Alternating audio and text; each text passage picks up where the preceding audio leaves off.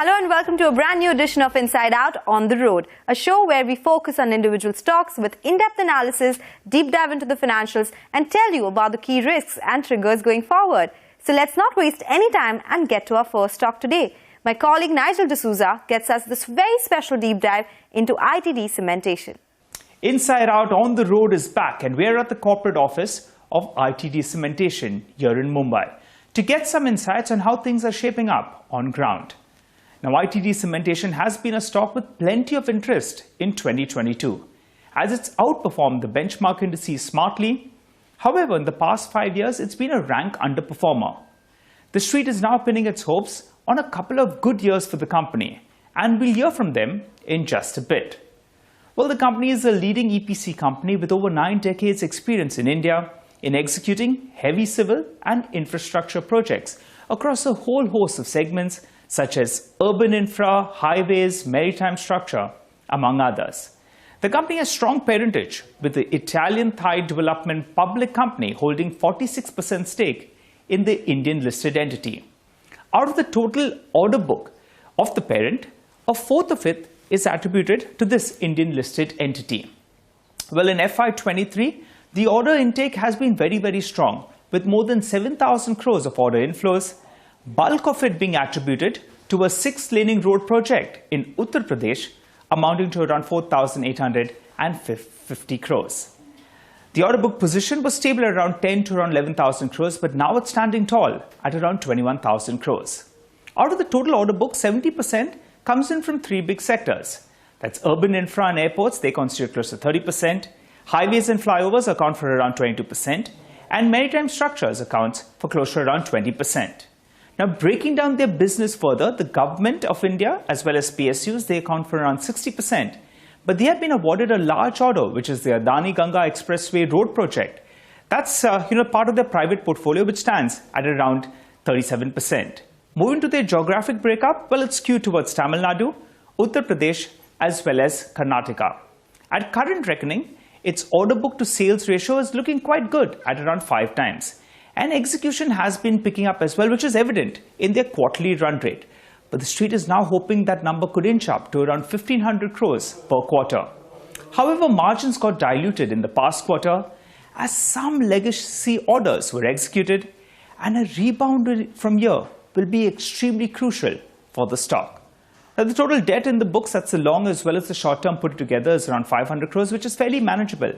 And since its promoter is MNC, well, it has zero pledge in its books. The big question is, can they do 6,000 crores of sales with double-digit margins in FY24? To understand that and more, let's get straight to the management.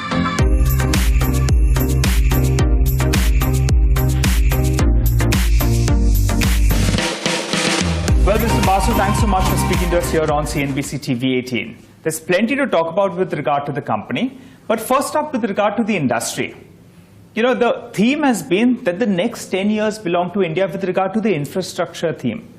Do you see that sort of traction on ground? And are you in the camp that believes that, yes, the next 10 years will be very good for the infrastructure space here in India? Go ahead, sir. Nigel, thank you very much for coming here. And I purely agree with your view, whatever you have said. If you see in construction space, the business will be around 600 billion per year, which is 1,50,000 crores in construction industry we do business, which is next to agriculture. And such a big area, the contractors, if you see, the players are very less. Right. L&T, ourselves, Afcons, and few others. So there is plenty of opportunity to grow. At the same time, there is a huge emphasis from the government of India to invest in infrastructure. Right. You see the pipeline in construction industry is around 1.5 trillion, which is a huge number. So as you rightly said, I strongly believe that there is a huge scope for us to grow in infrastructure segment. Okay, all right, we got that. So India is on a good path with regard to the infra space. But let's talk about Itd Cementation.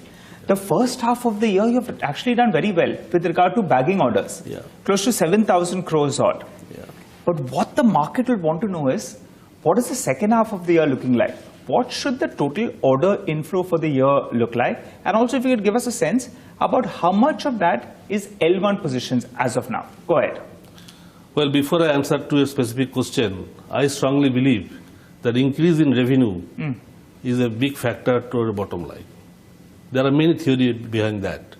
So the order book is now around 7,000 crore. We have secured 21,000 crore. Yes. And we are L1 of almost 3,000 crores, which are overseas business. And 17,000 crore of work under pipeline in tender stage. So I believe 10,000 crore at least order will be secured by us in this year. Okay. And if you see the legacy order, yes, there are some legacy orders. Put a number to that, sir. Because the fear is that yes, the order book is looking good at close to around 21,000 crores approximately. Yes. You're telling us that for the year, the order inflow will be close to around 10,000 crores. Yes. But how much of this order book as of now is legacy orders? The reason I ask you this is because that will attract lower margins. Yeah. So give us a sense as a percentage of your order book, how much of it is legacy? Around 4 to 5%. 4 to 5% will be having no margin at all, okay, or very less margin. Okay. Yes. So, break it up for us then, since we just spoke about that. So you're saying close to around 1,200 crores will be legacy orders where you won't make any margins at all. Yeah. But there'll be still some orders where you'll attract relatively lower margins in low single digits. Yes. So as a percentage of this 21,000 crores, could you put a number to that? Is it 30%? Is it 20%? What is it? See, 50% of our order book is from urban infra and marine. Right. We generally fetch better margin. Okay. When I say better margin, 11%, 12%, 13% in that range. Balance 50% airport and other industry will be around 6 to 8%. Okay. So you can get a sense out of that, what should be the margin. Okay. Yeah. And currently as a percentage of your total order book, as you said, urban as well as maritime, they account for close to around 50% of your order book, right? Yes, yes. Where do you see this contribution headed in the time to come? Well, marine will be, obviously will be more very soon. As I said, that 2 big jobs we are pursuing. So I think both together will be around 60% plus by another 2-3 months time. And international business, at least as of the numbers that you've already declared, it's a very minuscule part of the listed entity currently. Yeah. But tell us, you must be, the very fact you're talking about winning orders in Bangladesh, talking about various other Southeast Asian countries, Sri Lanka as well in there. Do you have a target that the international business starts contributing a greater deal to the total revenues? And also briefly tell us, it's better margin business. Payment terms are better as well for international business? Yes. 3 years back, we took a challenge that we should go into the international business, which was not allowed by our parent before, because they are already present in the international market. Correct. So it has a conflict of interest. Right. Rather. So now when we have secured one job in Myanmar for Adani Group, we did very well. And they believe that we can do well in other business in the international as well. Okay. So the reason that the reason that you're telling us that you all haven't gone ahead and bagged many international orders till now is because there was a conflict of interest, the parent entity as well. Exactly. Okay. But going ahead, you're saying that that business has potential. Yes. So what should be the targeted mix then going ahead from the international business? Today it will be around 15% of total order book. And we are targeting to go to 30% by next 2 to 3 years time. Okay. And you want to clarify whether or not it's better margins, better payment terms. Is that the case or is it? See, it can go wrong as well. But we are very choosy in terms of whenever you go for international business, first and foremost, the location and the client should be known to us. Yeah. And there are a lot of project export is happening by the government of India through Exim Bank. So you only target those projects where government of India is funding, and part of the payment will be received at the India.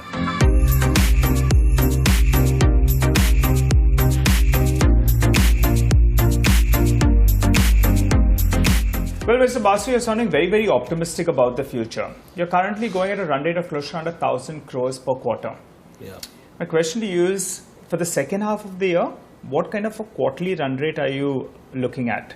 And from there on, when do you see it scale to say 1,500 crores per quarter? First 2 quarters was almost 1,000 crore. Even second quarter, though affected by the monsoon, was close to first quarter. Going forward, third and fourth quarter of this year should be around 1,400 crore, 1,500 crores. So is it safe to assume that for FY24, Yeah. if I just try to extrapolate these numbers, Yes. and 1,500 crores run rate per quarter, should you be ending FY24 with a number of closer to around, say, 6,000 crores? And given that legacy orders are quite small and your mix is changing, should you go to double-digit margins? If yes, what kind of a margin number you should work with? Go ahead. 6,000 crores is quite achievable next year. The order backlog what we have, and if we do not achieve 6,000 crores, we will be defaulting. And at the same time, double-digit margin also is quite possible, 10%, 11% in that range. I didn't get the points about the 6,000 crores you'll be defaulting. Why do you say that? See, the time cycle of the contract in civil engineering construction field is around 3 years' time. Right. So if you think that 21,000 crore is our order book, you have to complete in 3 years' time. Okay. So by simple mathematics, you should do 7,000 crores. You're right. So if you don't do 6,000 crores, Then you'll be you- delaying the project and you'll be defaulting. You'll not be able to complete the job in time. So 6,000 crores at least is what you're expecting? Yes. This year you end, if I put in the numbers, you end closer to around 4,800 crores. And next year you do around 6,000 crores. What about FY25? Do you have a projection out there? We have a projection. I think for next 2 to 3 years' time, it should grow at the rate of 25 to 30%. Okay. Yeah. With double-digit margins. Yes, we hope so. Okay. Now for a construction company, you normally look at the debt number. And as the order book inflates, you'll pick up in execution as you're promising. Yeah. Your debt number, long-term and short-term together, currently I think is around 500 crores. 500 crores. Where do you see that number headed at peak levels, point number one? And what is your targeted working capital days that you're looking at? So far, we have managed very well as far as the debt is concerned. For a size of our business of 4,000 crore, you can check in the market, debt will be not less than 1,500 crores, where it is only 500 crores here. Definitely, with large volume of work has to be done next year or so, our debt will increase little bit. I think it will go by another 200 to 300 crores next year. At the same time, a lot of capex investment will be there to purchase some new machines and plant and equipment. So around 200 crore increase you can expect in the debt next year. Yeah. And what about working capital days? See, our focus is always to collect money as quickly as possible. And so receivables should be as less as possible. And that is already demonstrated in our balance sheet. So working capital, we'll be happy to have it within 100 to 120 days. So just to focus on FY24, you're telling us you'll do 6,000 crores at least, double-digit margins. Yeah. Peak debt will be around 800 crores, Yes. and working capital days will be maintained sub 120 days. Are we 100, getting all of that correct? Yes. I have a counter question on the debt part. Yeah. You have only 500 crores of debt in your books. Yeah. But your interest that you're paying every quarter is 40 crores. Yeah. Explain that to us. Why should it be so high? There'll be other components in that 40 crores. Because otherwise, I annualize it goes to around 160 crores on a debt of close to around 500 crores, as you're saying. So explain that to us. Actually, there is a, it is 500 crore debt from the bank and the bankers. But we also have a lot of advances from the client, Okay. which you today will be around 700 crores. And those 700 crores, part of that, most of the 700 crores attract interest at the rate of 9 to 10%. So whatever you have seen that interest cost, part of that is from the bankers, part of that is from the client. And then third component is the LC charges and BG charges. So put all these three together, the number is looking a little high. The other factor that works in your favor for some, at least for some analysts, is that you have foreign parentage, MNC company. Now, you pay some part of it as royalty. I think it's close to around 0.5%. 0.5% on the sales. 0.5% on sales. When does that come up for renewal, and is there an upside risk to that number of close to around 0.5%? And also tell us, what do you all gain from this, by paying the parent royalty? Is there some, technical know-how or something special that you all get from the parent? Yeah, I'll answer the last question first. First of all, our parent, the Itd, they took over in 2003.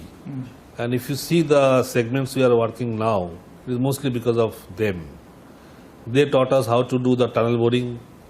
They taught us how to do the airport.